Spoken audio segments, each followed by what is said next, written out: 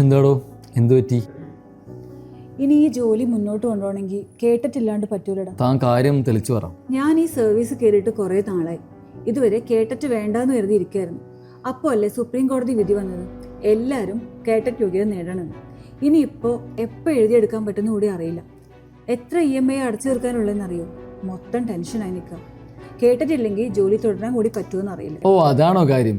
ഇങ്ങനെ ടെൻഷനാവല്ലേ? അതിനല്ലേ നമ്മുടെ വിദ്യാവീതി. നീ വിദ്യാവീതിയെക്കുറിച്ച് കേട്ടിട്ടില്ലേ?